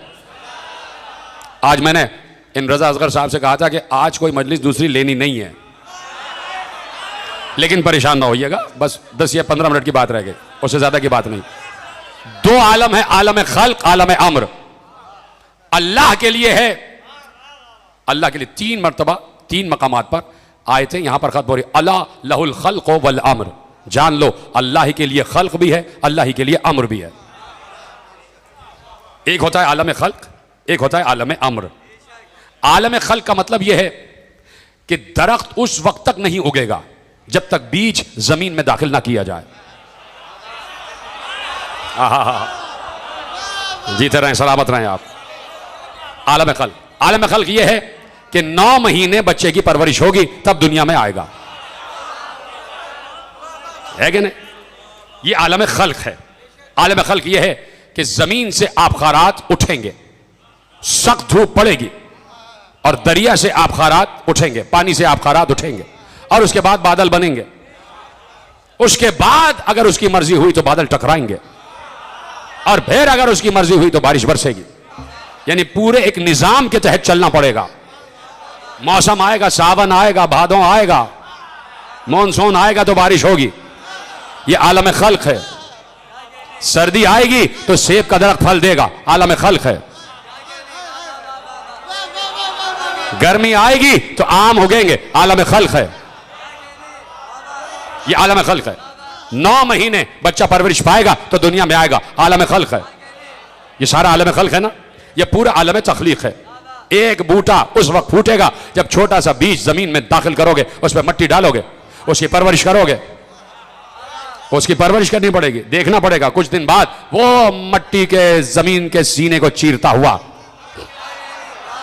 बाहर आएगा। फिर उस बच्चे की परवरिश करो, छोटे से बच्चे की जो बूटा है, फिर उसकी परवरिश करो और फिर जाके 25 बरस में कोई बहुत बड़ा पीपल का दरख्त छतनार होगा। ये आलम खल्क है, ये आलम खल्क है। और अभी अभी मिसाल दी, आलम अम्र ये है, ऐ शेर कालीन आजा और उसको खा जा।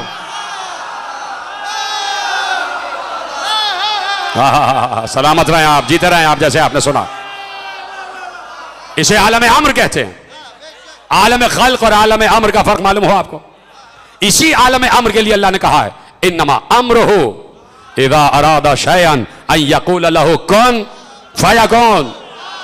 तो भाई अपने दौर का साहिब अम्र मूसी काजिम शेर कालीन से कह रहा है, तो ये अम्र कुन हो गया ना। कम अज कम दुनिया गौर करे। अच्छा, ये रिवायत मुत्तफ़क़ अलैह है, अहले तसन्नुन ने भी, अहले तशय्युन ने, सब ने लिखा है इस रिवायत को, शेर कालीन वाली रिवायत को। अब गौर करो, कालीन था, कालीन था ना, तो कालीन कहीं से आया उसके पास तोहफे में, और गालिब गुमान यह है कि इनके पास, इन जैसों के पास तोहफे इधर उधर से रोम शाम वगैरह से आते थे, नसरानी और यहूदी वगैरह दिया करते थे। और ये कुछ तमाशा लगाने वाले भी उधर ही से बुलाया करते थे, कुछ मस्खरे वहीं से बुलाते थे इंटरटेन करने के लिए, और वो जो पिया करते थे वो भी इधर उधर की आती थी। ठीक है। अब कालीन और उस पे शेर तो कहीं से आया है बन के, किसी इंसान ने बनाया, उसको बुना है, काटा है, जो बाकायदा खड्डी पे लगता होगा और उस पर बनाया जाता होगा। और कालीन पर जो शेर बना है उसका साइड पोज बना हुआ है, एक तरफ का बना है, उसमें एक कान उसका नजर आ रहा है, एक आंख दिखाई दे रही है, इतनी नाक दिखाई दे रही है, एक पांव, एक हाथ और दुम नजर आ रही है, और इस तरफ का हिस्सा नजर आ रहा है ना। कालीन समझ गए ना? ऐसे ही शेर नजर आ रहा है ना, एक साइड उसका साइड पोज है, दूसरा हिस्सा तो बनाया ही नहीं उसने, इसलिए कि भाई तस्वीर बना रहा है। और वो दौर 3D का दौर ही नहीं था, 3 तो फिर भी आ रहा है, 3D का दौर नहीं था।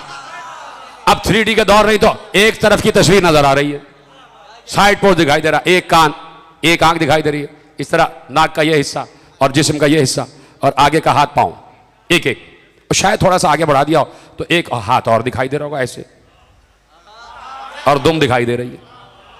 तस्वीर बनी हुई और किसी इंसान ने बनाई है, और ये सामने जो हुक्म दे रहा है ना, ये आलम अम्र पर मुतसर्रिफ है। अब आप देखिए, कहने वाले ने कहा, औसत मोहम्मद ने कहा, अपने दौर के अली ने कहा, अपने दौर के हुसैन ने कहा, अपने दौर के मूसा ने कहा, मूसी काजिम ने कहा, ऐ शेर कालीन बाहर आ और इसे निगल जा। बनाने वाले ने साइड पोज बनाया था, वो जो आया ना तो पूरा का पूरा खल्क होके आया।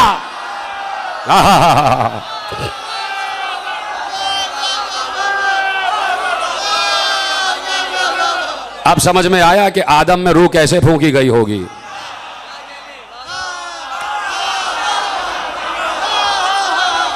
हाय हाय हाय, जो समझ गए उनको सलाम है, जो नहीं समझे उनके लिए दुआ है। यह गोया नफ़्ख़ रूह हो रहा था, वहां पुतले में रूह डाली गई, यहां तस्वीर में रूह डाली गई। मेरा 7वां इमाम। तो शेर पूरा वजूद लेके आया, पूरे वजूद के साथ और पूरे अपने निजाम के साथ। उस बनाने वाले ने जबान नहीं बनाई थी, दांत भी नहीं बनाए थे, नाखून भी नहीं बनाए थे, पूरे अपने वजूद के साथ, दांतों के साथ, जबान के साथ। इसलिए कह रहा हूं बार बार जबान, कि अभी बताऊंगा क्यों। पूरे वजूद के साथ आया, जस्त लगाता हुआ आया और उसी जादूगर की तरफ बढ़ा, उसका चीर फाड़ के खा गया, पूरे वजूद में खा गया। यानी अंदर से पूरा उसका पूरा एक निजाम बन चुका था, निजाम हाजमा भी, सारा निजाम बन चुका था, खा गया। अब बार बार जो कह रहा हूं जबान लेके आया, जैसे ही खाया तो इमाम से पूछता है, अगर आप कहे थे जो तख्त पे बैठा है इसको भी खा जाओ।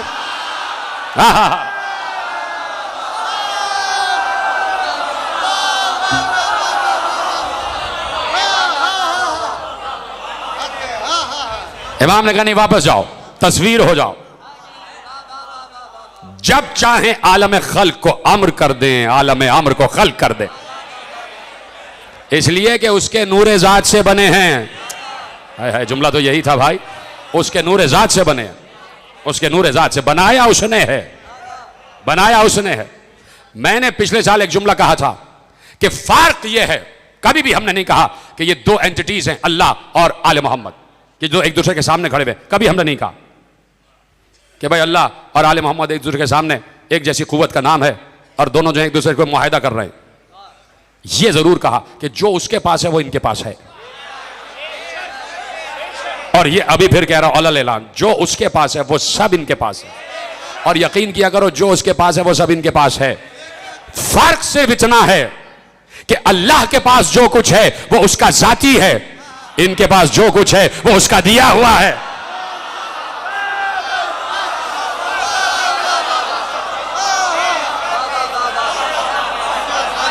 इल्म है तो उसका दिया हुआ, इल्म है तो उसका दिया हुआ, कुदरत है तो उसकी दी हुई, इख्तिदार है तो उसका दिया हुआ, इख्तियार है तो उसका दिया हुआ, मौजज़ात हैं तो उसके दिए हुए।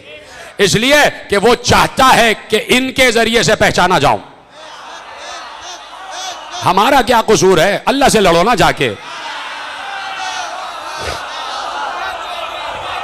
अब जाना तो मेरी बात पर थोड़ा सा, मेरी गुजारिश पर यकीन करते हुए, अब जब जाना 10 जिलहज को अल्लाह के घर,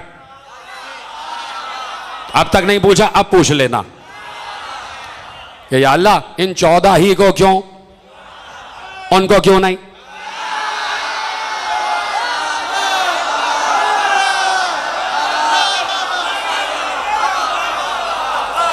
तवज्जो फरमा रहे हैं आप।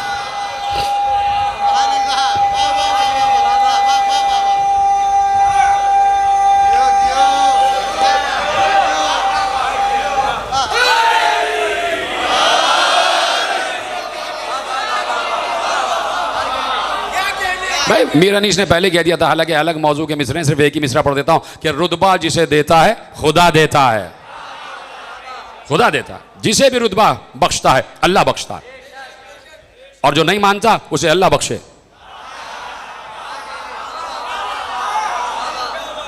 तवज्जो फरमा। अल्लाह की अता है तो अल्लाह ने कह दिया कि हमने इन्हें किताब भी दे दी, हिकमत भी दे दी, मुल्क अजीम भी दे दिया। अल्लाह कह रहा है कब तक जलते रहोगे, कब तक हसद करते रहोगे। यानी आले इब्राहिम से हसद होती रहेगी। ये जितनी गुस्ताखी होती है ये उसी हसद का हिस्सा है कि हमारे वाले को क्यों नहीं, ये उस हसद का हिस्सा है। अल्लाह कह रहा है हमने इन्हें किताब दे दी, हिकमत और मुल्क अजीम दे दिया, दुरूद का मालिक वारिस इनको बना दिया, इन पर दुरूद रहेगा। अब तुम्हें तय करना है कि इनके साथ रह के दुआए दुरूद वालों में शामिल होना है या सामने आके लानत वालों में शामिल होना है, तय तुम्हें करना है। तो दुनिया के सामने ओपन ऑफर है, दावत आम है, खुले हुए रास्ते मौजूद हैं। चाहो तो हक के साथ हो जाओ, चाहो तो बातिल के साथ हो जाओ। यही मेयार और मीज़ान करबला में हुसैन ने कायम की, और यह कयामत तक मीज़ान जा रही है कि हुसैन हक का नाम है, यजीद बातिल का नाम है। अब यही मीज़ान है, जहां हुसैनियत का तस्करा है, कोई हक का तस्करा वही है। इसलिए मैं कभी ताज्जुब की बात नहीं करता। बात यह है कि एक हुसैनी फोरम है जो खुला हुआ है।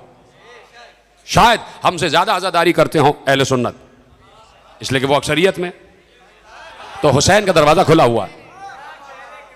अहले सुन्नत भी अहले तशय्यो भी। एक दौर तो गुजरा है ना कि जब मालूम ही नहीं होता था कि कौन सुन्नी है कौन शिया। मुहर्रम में सब शीर व शकर थे, नजर न्याज में सब एक दूसरे के साथ थे। ये सिकोरे जो मट्टी के हैं ये हमसे ज़्यादा अहले सुन्नत खरीदते थे कि जिसमें खीर बना के तकसीम की जाती थी। हमसे ज़्यादा सबीलें अहले सुन्नत लगाते थे हुसैन के नाम पर। सबील लगाना, सबील का मतलब है प्यासे को पानी पिलाना। अब जो सबील के खिलाफ है वो आईने मोहम्मदी के खिलाफ है, वो आईने मुस्तफ़वी के खिलाफ है। किसी को खाना खिलाना ये बहुत बड़ा मर्तबा है। अब अगर कोई तबर्रुक के खिलाफ है तो वो आईने मुस्तफ़वी के खिलाफ है, वो दीन मोहम्मदी के खिलाफ है। ये सारी चीज़ें जो आज़ादारी के साथ चल रही हैं ये सारी शरीयत मोहम्मदी आगे लेके बढ़ती है। आज़ादारी के बहाने हम दस्तरखान बिछाते, सबील लगाते, न मालूम कौन ऐसा सफ़ेद पोश होगा कि बेचारा भूखा हो और कह ना पाए कि मैं भूखा हूँ। एक दावत आम है, एक दस्तरखान सजा हुआ है, नज़र सजी हुई है। वो अलग बात है कि अब पता नहीं लंगर पता नहीं कहाँ से आ गया, नज़र कही जाती है। नज़र इमाम हुसैन, हाज़री ये हज़रत अब्बास। दस्तरखान सजा हुआ है, कोई सफ़ेद पोश भी है, हुसैन का दस्तरखान है। इसलिए कोई गरीब व अमीर का फ़र्क नहीं होता फर्श अज़ा पर। यह खुतबा हज्जतुल विदा की अमली तफसीर है। पैगंबर ने कहा था किसी अमीर को गरीब पर कोई फजीलत नहीं है, किसी गोरे को काले पर, काले को गोरे पर कोई फजीलत नहीं है, सब बराबर है। तो ये सिवाय फर्श अज़ाए हुसैन के आपको कहीं नहीं मिलेगा। सैकड़ों फर्श आपने ऐसे देखे होंगे कि जब फर्श अज़ा उड़ जाता है लोग बाहर चले जाते हैं तो पता चलता है कि कोई कमिश्नर बैठा हुआ था, कोई बड़े ओहदे वाला बैठा हुआ था और किसी बिल्कुल बिल्कुल मिस्कीन गरीब फ़कीर के बराबर में बैठा हुआ था। असल हुसैनी होता ही वो है कि जो फर्श अज़ा पर आकर ना अकड़े, ना गुरूर करे, ना तकब्बुर करे। और इसलिए फर्श अज़ा पर लोग आके बैठ जाते हैं। एक दूसरे से शनासाई हासिल करो, पड़ोसी जो बैठा हुआ है उससे हेलो हाय कर लो, सलाम दुआ कर लो। शायद उसको कोई ज़रूरत हो और तुम्हें मौला ने उसके बराबर में बिठाया ही इसलिए है कि उसके काम आ जाओ। इसलिए कि सैयद इब्न ताऊस ने कहा कि मैंने अपने इमाम वक्त को देखा, मैंने अपने इमाम वक्त को देखा, ख्वाब में देखा कि वो तेज़ी से जा रहे हैं, बहुत तेज़ी से कदमों से चलते हुए जा रहे हैं। मैंने सलाम किया, मौला ने जवाब सलाम दिया। मैंने हाथ जोड़ के अर्ज़ की, मौला कहाँ तशरीफ़ ले जा रहे हैं? कहा मजलिस में जा रहा हूँ। हुज्जत ज़माना ने कहा मजलिस अज़ा में जा रहा हूँ, हुसैन इब्न अली की मजलिस में जा रहा हूँ। सैयद इब्न ताऊस ने कहा कि मौला वैसे तो आप जब मजलिस होती है सब में जाते हैं, ये आज इतनी तेज़ी से क्यों जा रहे हैं? कहा आज जो मजलिस है उसका उन्वान हमारे चचा हज़रत अब्बास है। का जिस मजलिस का उन्वान हमारे चचा से मंसूब होता है मैं वहाँ बहुत पहले से पहुँच जाता हूँ, इसलिए कि हमारे चचा के हम पर बहुत एहसानात हैं। और मैं एक मखसूस और मुज़य्यन मकाम पे बैठ जाता हूँ और देखता हूँ कौन अब्बास के फ़ज़ाइल पर खुश हो रहा है और कौन हमारे चचा अब्बास के मसाइब पर रो रहा है। तो इमाम ने ख़ुद सैयद इब्न ताऊस से कहा मैं अपने दाएँ हाथ की उंगली से अपनी हथेली पर उसका नाम मैं उसके बाप के लिख लेता हूँ और जब मजलिस तमाम हो जाती है तो मैं हाथ उठा के अल्लाह से दुआ करता हूँ, परवरदिगार ये हमारे चचा अब्बास के फ़ज़ाइल और मसाइब पर रोया है, या अल्लाह इससे पहले कि ये उठे इसकी दुआ को कबूल कर ले। तो यकीन करना कि तुम इमाम ज़माना की सरपरस्ती में होते हो, उनकी निगाह तुम्हें देख रही होती है।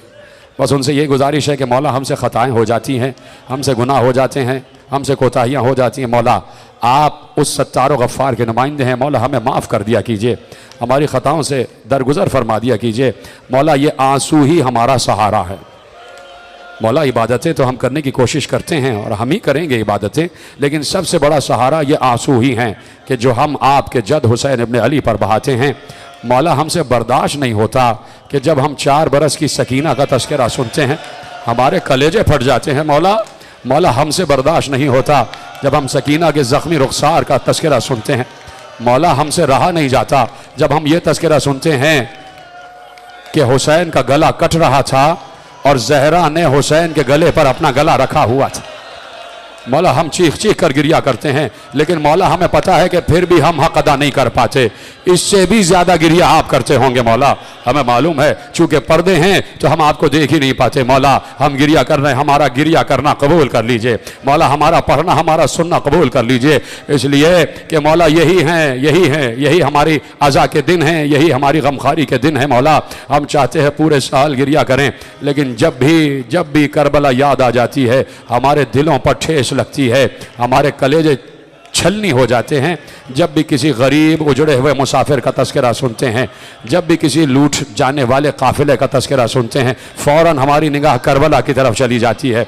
जब किसी जवान की मैयत को देखते हैं फ़ौरन अली अकबर याद आ जाता है, जब किसी शीर खार की मैयत को देखते हैं फ़ौरन अली असगर याद आ जाता है, जब किसी जलते हुए घर को देखते हैं शाम गरीबा के जलते हुए खैमे याद आ जाते हैं, जब कहीं जुल्म ज़्यादती देखते हैं तो याद आ जाता है 72 सर थे कि जो 9 के सेना पर जा रहे थे, 9 के सेना पर जा रहे थे। ख़त्म हो गई गुफ्तगू मेरे अजीज़ों, यह हुसैन की अज़ा के दिन हैं। हुसैन सबको अता करते हैं, सबको अता करते हैं। काफ़िला गुज़र रहा था, मुख्तलिफ़ मंजिलों से गुज़र रहा था, तेज़ धूप से गुज़र रहा था, कड़ी हरारत से गुज़र रहा था, पानी इतना कम दिया जाता था कि जो बड़े थे ना वो अपने हिस्से का पानी भी बच्चों को पिला देते थे। खाना ग़िज़ा इतनी कम थी कि बड़े अपने हिस्से का खाना भी बच्चों को दे देते थे। सिर्फ एक मंज़र दिखाता हूँ कि एक बार मेरे मौला ज़ैनुल आबिदीन ने कैद खाने में देखा कि फूफी अम्मा बैठ कर नमाज़ पढ़ रही हैं। आले मोहम्मद के लिए सबसे बड़ी कड़ी मंजिल है बैठ कर नमाज़ पढ़ना, कभी किसी आले मोहम्मद के फ़र्द ने बैठ कर नमाज़ नहीं पढ़ी है। इमाम ज़ैनुल आबिदीन ने अपनी फूफी अम्मा से सर झुकाकर पूछा, फूफी अम्मा नमाज शब पढ़ रही हैं, बैठ कर पढ़ रही हैं, कभी हमने आपको नमाज शब बैठ कर पढ़ते हुए नहीं देखा। बस रो कर कहा, सज्जाद इतना कम खाना और पानी आता है कि मैं अपने हिस्से का खाना भी इन बचे हुए बच्चों को दे देती हूँ। इतनी लागरी हो गई है कि मैं मुस्तहबात बैठ कर पढ़ती हूँ, लेकिन वाजिबात में फिर भी खड़े होकर पढ़ती हूँ। ये गुजरी है आले मोहम्मद पे और आप गिरिया कर रहे हैं। न मालूम कहाँ कहाँ से गुजरा है आले मोहम्मद का काफिला, जहाँ पर भी रुकते थे रुक कर नेज़े से सरों को जुदा करते थे, संदूकों में रख दिया जाता था। सुबह होती दोबारा नेज़ों पर सर आवेज़ा कर दिए जाते। एक मकाम पर रुक गए, वो मकाम एक राहिब का दैर था, एक गिरजा था राहिब का गिरजा था। मगरिब के बाद शब भीगने लगी, राहिब अपने बिस्तर पर सोने के लिए चला गया। उसने बाहर कुछ हथियारों की झनकार की आवाज़ सुनी, कुछ घोड़ों की हिनहिनाहट की आवाज़ सुनी, कुछ ऊँटों के सहे की आवाज़ सुनी, कुछ बच्चों के रोने की आवाज़ सुनी, कुछ बीवियों के सिसकने की आवाज़ सुनी। वो अपने बिस्तर से उठा, लेकिन बिस्तर से इस वक्त उठा कि जब ख्वाब में उसने जनाब ईसा को देखा। उसने ख्वाब में जनाब ईसा को देखा कि मेरे गिरजा के दरवाजे पर ईसा आए हुए हैं और ईसा के सर पर अमामा नहीं है। ईसा के क्या सुन रहे हैं? ईसा के पाँव में नालैन नहीं है।